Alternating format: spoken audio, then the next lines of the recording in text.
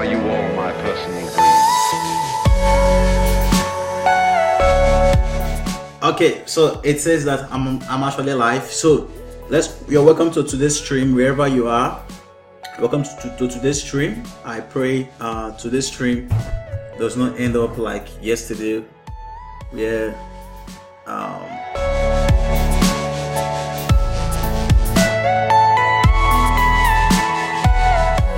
it experienced a lot of problems. I'm still trying to work on the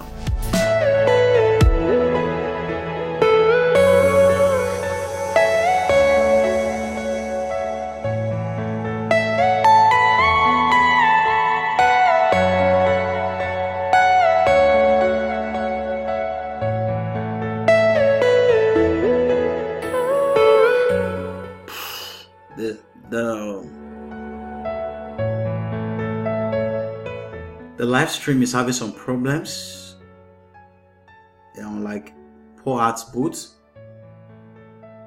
but whatever means, I'm actually recording this stuff. Whatever happens, I'll play the live stream, and if it's not actually okay, I will have to upload the recording. So wherever the problem is, we'll always find a way to actually resolve it. So let's talk about the issue of President Buhari suspending the Chief Justice of Nigeria. Now, as a media person, I would not want to take sides because I don't want to give a report to the public that is biased. Now, why individuals have their own biases and you have your own likes and your own dislikes, when you are expressing your likes and dislikes before the public, you have to be very careful. You have to be on a neutral ground. Now, what the president did, if you look at it from a neutral ground, was the best thing the president did. Now, you might ask, okay, what are the intentions? Are the intentions pure? That is some of the things that can be subject to debate. If you look at the charges against Mr. Onnoghen, the charges are so stern, meaning that as a public person, you are supposed to declare your assets, but Onnoghen failed to declare his asset, and he gave the reason that he forgot. Now, it is a lie for someone to say that he forgot. If you have a phone, you know that you have a phone. If you have a euro account, you know that you have a euro account. If you have a dollar account, you're supposed to know that you have a dollar account. So welcome to the stream. This stream is not going to be more than 15 minutes. I will try as much as possible to make this stream not more than 15 minutes. We'll discuss, trash a lot of issues, and so that you can have a lot of time to do whatever you want to do. So I don't want to make this live stream so long. Now, by the powers conferred on the president, he does not possess the power to suspend Onnoghen. The president possesses the power to appoint Onnoghen, but the president does not possess the power to remove him.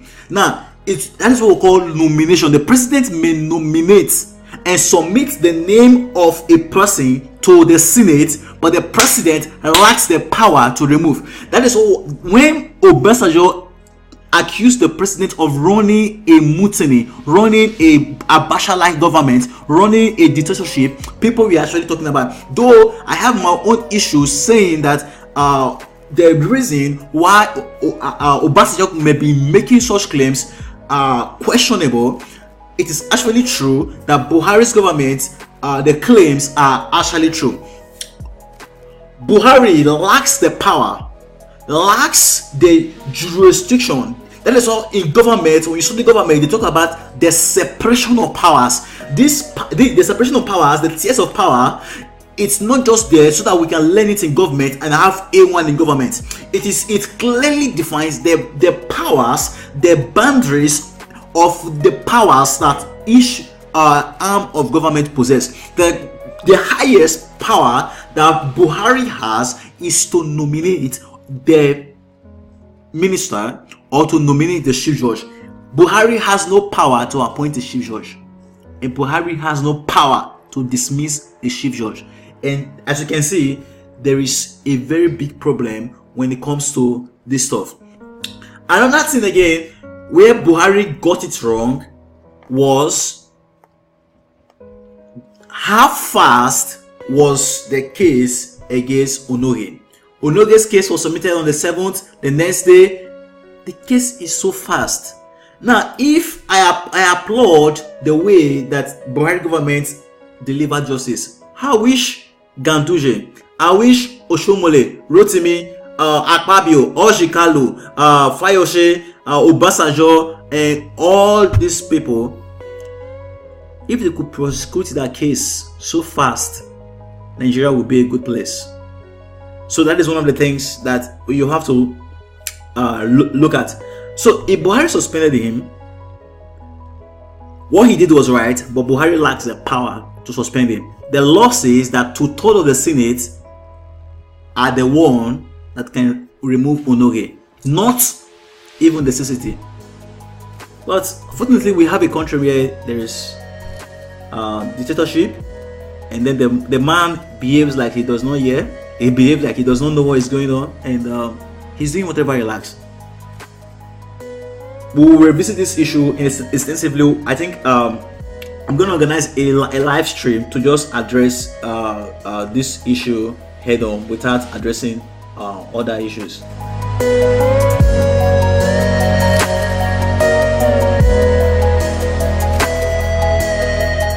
And then moving on, we have the news that President Buhari has actually submitted the minimum wage to the system, to the Senate, and they've actually signed it. They've signed, and this is what the National Employers Consultative Association is talking about. That it's actually wrong for the country to have two kind of wages, to have a minimum wage for federal workers and a minimum wage for state and private workers. And if you look at it, to a certain extent, it's right, and then to a certain extent, it's wrong. Giving federal workers, there is a certain leverage. You cannot say federal workers are the same as state workers. So if we are having that 30,000 difference, there should be a difference, even though the difference is 1 naira. So there should be a difference. So those kind of things should not be coming up. Minimum wage should be it should be a difference when it comes to employers, because the federal government is different from the state government. And then one of the things I want to actually cover is the Obansajo letter. Let's dissect the Obansajo letter, because Obansajo last year wrote a 18-page letter to Buhari, and then this year he actually wrote a 16-page letter to Buhari, and Tinubu has written an 8-page letter to Obansajo to address this issue. And Keyamo actually said something that Obansajo is actually afraid because of the kind of crowd that is going after Buhari's campaign and all that. Now, one of the things you have to understand is in Nigeria, a person sees wrong when he's not in office. When a person loses election, they say it's a rape on democracy. When he rings election, he says those who cannot accept the pain of ringing should not be contesting. Let's look at Obansajo's letter from a neutral point of view, and that is one of the things. If you want to say things clearly, you have to observe things from a proper perspective. If not, you're going to be biased and you're going to miss a lot of stuff. Now, what is the first stuff he actually talked about? He said, we have heard of how Buhari and his party are going about his own self-succession project. Now, these are very weighty allegations, but let's look at it from a neutral point of view. If you look at Buhari, for example, does Buhari really deserve a second tenure? That is one of the first things we want to consider. If the answer is yes, why yes? Number two, if the answer is no, why no? And then if it is no, who do you think can really succeed Buhari? Is it the candidate that Obansajo is pushing forward, that Obansajo in the past has some questionable comment about? And these are the stuffs you have to look into. When Buhari was asked the question at the presidential debate, because this thing is on the internet, and thank God there is something like internet where you can literally access any information at any time you want. It's on the archive and it's there and it's there. People can, there are many like this in news agency, we can replicate it, we can take snippets from it and edit it and many other stuff. One of the things that he was actually asked was, why are you contesting for a second term? Buhari said when he was to come into power, he said he's not going to contest. Now, when Buhari was to come into power, he said that the subsidy was a fraud. And there are many things that Buhari actually said that there were many promises he actually promised and he actually reneged on. And this is one of the things that the Nigerian populace have to actually look into. There was a famous comedian who was making a comedy. He was asking what was the difference between APC and PDP. He said something that APC is a government that they promise something and then when they come into power they change the promise. Now look at how Buhari is actually going about with his re-ambition re-election bid. Now tomorrow we'll discuss the press statement of Lai Mohammed and we'll dissect who Lai Mohammed is. If you are ever told the lie, because I have all the clips, it's something that is actually in succession. I'll actually show it tomorrow. Now, before we talk about the Lai Mohammed, the question is, does Buhari actually deserve a second tenure? And if he deserves a second tenure, what is he actually doing to actually guarantee that second tenure? And if things are to be free and fair, with Buhari, does Buhari actually stand a chance of coming back in power? These are questions that we have to ask. The issues of suspending Onnoghen, though it's the right thing to do because the man is actually guilty, but the question is, it took a lot of, I think it took like 6 months, it took a lot of weeks before this man was actually brought into power. And even Buhari himself did not want to nominate this man, though the man was the one who was actually qualified, until he was sick and he left power to Obansajo that this man was actually sworn in. So the question is, what is actually the issue? There were people that Obansajo suspended for misbehavior. Buhari came back, brought them in, and you see the appointment of Amina Zakari.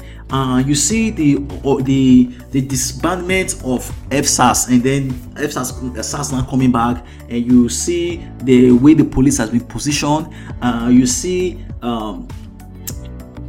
Operation Python Dance. You see the various allegations that are coming up left and right. You see INEC changing policies and all that. You see the president not signing the electoral bill. There are just many signs that just point to the fact that if you look at it from a neutral ground, you will discover that the president is so desperate for power that even though it's not desperate, let's take for example, the president is not desperate, his actions show that he's desperate. Let's take for example, listen. Let's be practical. If you have someone, a boy and a girl, there is a way a boy relates with a girl. You know that the boy is desperate. So the question is Buhari actually desperate? Yeah, he's actually desperate. What is the next thing? Buhari and INEC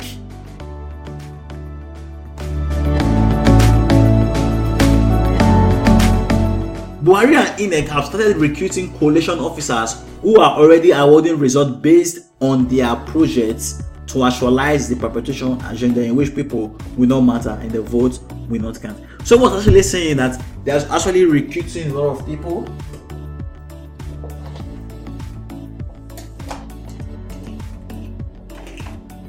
That they actually that the government is actually recruiting a lot of people right now, and that these people that they're actually recruiting, they are going to ring the election. And Tinubu has actually Tinubu came out and said, if we're talking about ringing, that Obansajo is the real ringer. Obansajo said that Buhari should not come for second tenure, but there was a man who wrote his second tenure and was wanting to come back for the third tenure. These are many things. Now, are the statements actually true that Buhari and INEC have started recruiting coalition officers who are already awarding results? The statements could be true. Now, they could not be true also. Now, what will the Nigerian people do? Because if you look at the politics has become, the Nigerian system has become a business. Yeah. So it's no more the people, and it's not something that people actually find a lot of interest in, but they've started running it like a business. And you have to accept that for that. They've started running politics like a business since the colonial masters left.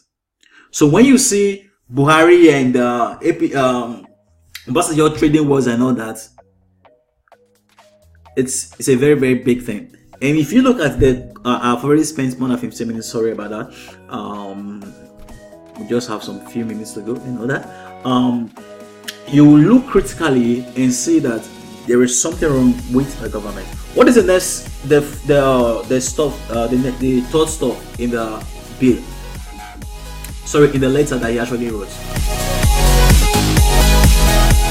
He said it is the sole reason that he has refused, blatantly refused to sign the revised electoral reform bill into law. It is true, Buhari has an agenda why he did not sign it. You see, we are not fools. Do you know how many universities are in Nigeria? Do you know how many universities are in Nigeria? There are over 150 universities in Nigeria, private and public. Do you know how many polytechnics are in Nigeria? Do you know how many monotechnics? Do you know how many institutions like College of Health, College of Educations, even primary schools, secondary schools? Listen, even though you do not go to school, you should know from communicating with people and seeing people's action. You should know when people are desperate. Buhari's government have actually derided on the people of Nigeria. There is no respect. A few days ago, Femi Adesina, a media aide to the president, came out and spoke and said that the president went to a campaign so place, and that was why he could not make it to the debate. And the leadership is not by debate. And saying that Obansajo was in power, he never showed up for a debate. Listen, the problem of the country is not just the leaders. The problem of the country, I believe, is the people who elect leaders. The reason why the US is the US, listen, if a person, US is a kind of place where the citizens are the ones who control the government. The citizen can raise a motion that we don't want this person anymore. If there is enough vote, if it scales through, that person leaves power. Buhari was given 2 years. For 2 solid years, the president did not sign the bill. Listen, there is something called, if you want to do something and you have the resources to do this stuff, there is a way you will approach it. But if you don't want to do something, you will delay it. We all know, if you are watching football, maybe Manchester United is playing right now. Mourinho kept complaining, I don't have players, I don't have money to buy players, I don't have this. Listen, Mourinho was sacked, right? Mourinho was sacked. Here is Manchester United today. You see the style of play. Mourinho had Pogba, had Martial, had Sanchez and all those players. He kept them in the bench, and he kept complaining until he was sacked. Since he was sacked, the new coach, has he brought new players? No, sir. What has changed? The management. Nigeria need to sack its leaders in order that they might be changed. If not, we are not going anywhere. 2 years, the president could not sign the bill. This was an electoral bill that INEC drafted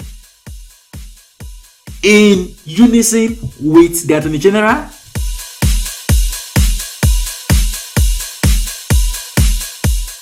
And then the Senate, the president did not sign. For 2 years. How many days are in 2 years? How many days are in 2 years? Let's go to the next stuff.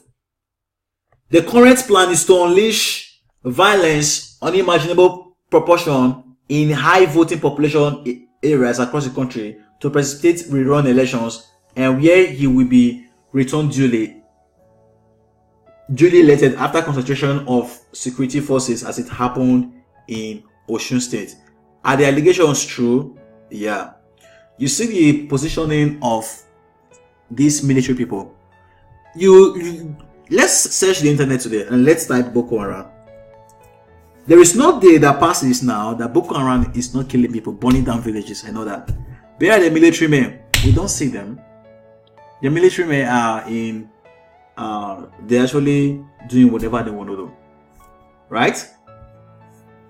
Now, when Adeleke won the election in Osun State, the election was deemed inconclusive. And then they did rerun. Who won?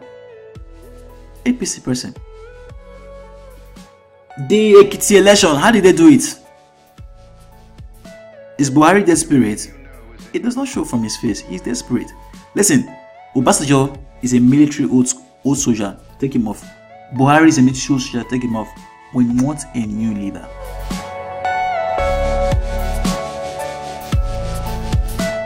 The fifth issue, we have been told that governance have been abdicated to a cabal. Now campaigning has been abdicated to Jagaban and is being authoritatively stated that he will not join any presidential debate. INEC will not allow the elections to be abdicated to INEC and police to give us false and manipulated results. Now, the question of Nigeria being run by cabal, is it true? Yeah. The president's wife has said it. The president's wife said it. The president's wife has not said it just one time. The president's wife has been critical of his government. He has said it a number of times. And there are many people, even senators, Senator Abirabi, who has been very vocal, and he was actually detained. What about Senator Dinu Melai? Was he not detained? What about the other Senator Shehu Sani? Was he not being victimized? There are many things that are being going on. Nigeria is being controlled by cabal. The president's wife said it. If a man, listen, the church you attend on Sunday, if the wife of the pastor comes and say, listen, this man, the people call a pastor, he is a fornicator. He has girlfriends. He is sleeping with young girls. Question is, will you not believe it? Even though you don't believe it, are we not going to verify? How come the wife of the president on numerous occasions have actually said that the president is not the one ruling the country? That there are people who are running the country and we are there keeping quiet.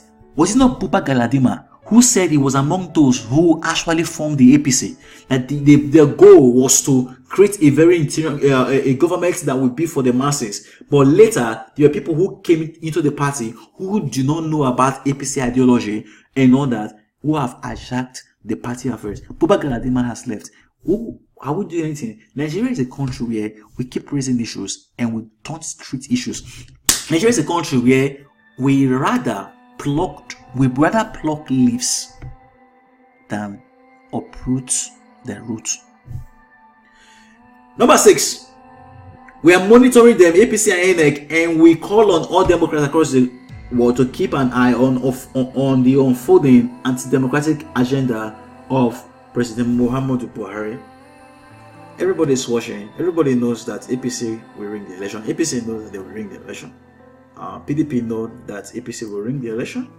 Though as they are crying wolf, but who is more better? APC is not better. PDP is not better. Now, number 7 says this is a time for preemptive measures to be taken. Otherwise, Nigeria may be presented with a fait accompli with impunity and total disregard for all police. I truly believe that Nigeria need more prayers than ever before. There is some, I don't know, it's not something that may happen, but there's a possibility that it may happen. Here is what is going to happen. Nigeria is going to come to the point at the elections, both parties will not accept the result. You can see the things playing out. Though there are already allegations right now where they say Buhari and all that. The thing is,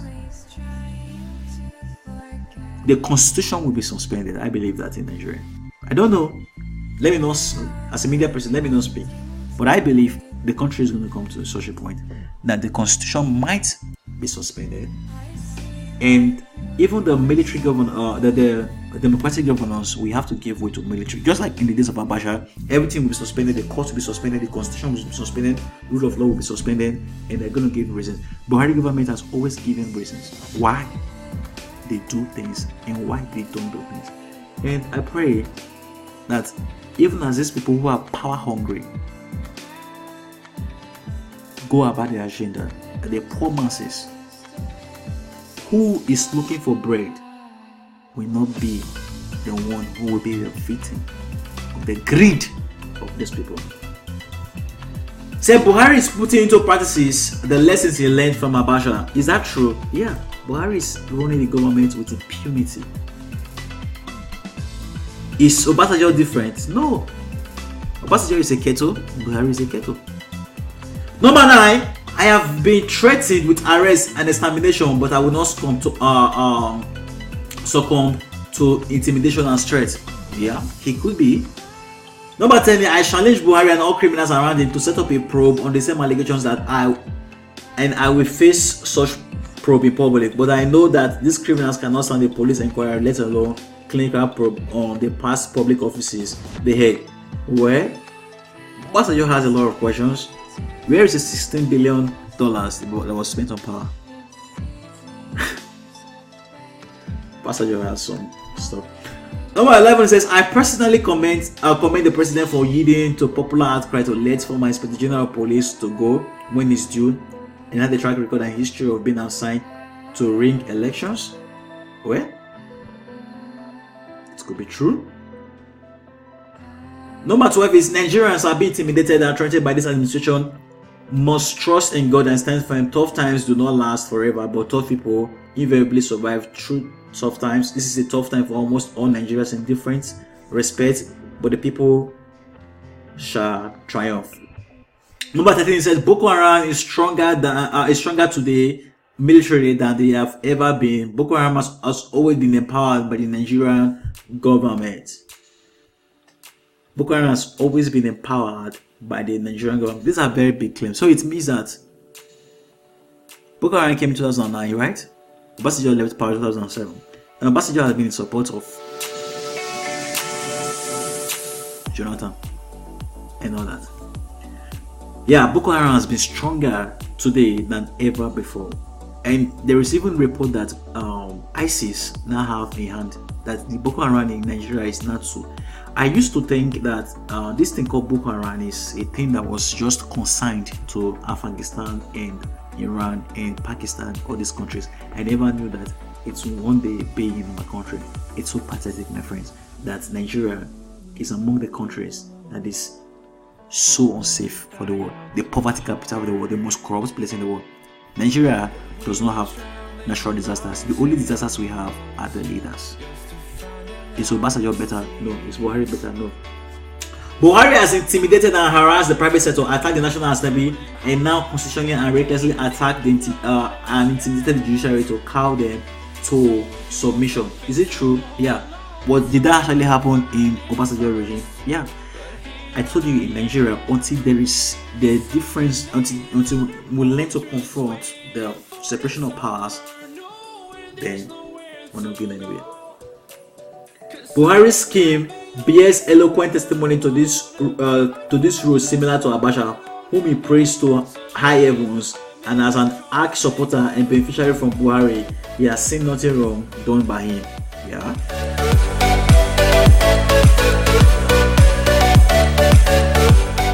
Number 16.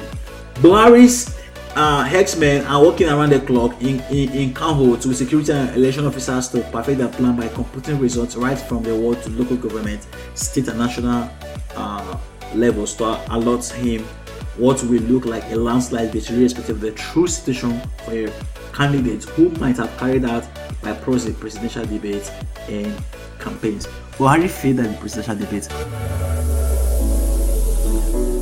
Are you wondering why the president is not addressing media? You saw what happened in his presidential rally in Warri.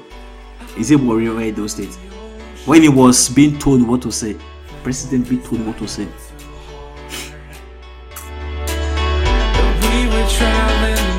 Brother, if there's a time to weep for Nigeria, it is now. And then number 17, he said, Buhari should desist from evil with manipulation and desperation because evil has repercussions, especially as man who should wash and be mindful of his self-acclaimed and packaged integrity. Does Buhari have integrity? The answer is no. Buhari lacks integrity. When a man is selling something to you, when a man, listen, you are a father, and a man is always coming to you and said, I have nothing to do with girls. When a man is always positioned, I'm not a thief, I don't tell lies, such a man should be questioned. You should be very wary of such a person. When you have virtues, you should not speak of them. Rather, people should speak of them. How many people have come and said they are Christians who take bribes? How many people who are pastors who are demanding sex from young girls as lecturers and all that? You don't sell virtue. You don't say the reason why you should give me the job is because I have integrity. Integrity has to be proven. Buhari lacks integrity. He might have integrity, but a man who is selective in his fight against corruption lacks integrity. Who will take Nigeria to the promised land? Is it Buhari? No. Is it Obansajo and Atiku? No. Nigeria needs someone with the hearts of the people. It's like a girl. You want to marry a girl. You don't marry a person because she has big this. She's fine. She's black. She's tall. She's short. No. You marry hearts. You marry the person because the person has a big heart. You marry the person because there is you feel safe. There's a connection, not the things that can pass away. Let's move to the last news before we end. The question is the trader money vote buying? I can say categorically that the trader money is vote buying. I don't care if the person is a pastor. I don't care.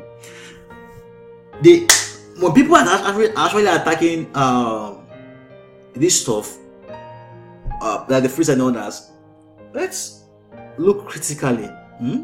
Let's look critically. I believe that the trader money is vote buying. I believe that. Why did I say so? There are many things. First, the manner to which the president is going about it. Why not launch a scheme? Why are you going about from state to state to launch it?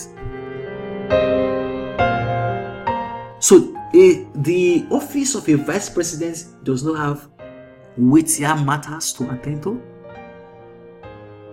than to be going from market to market at this period for trader money.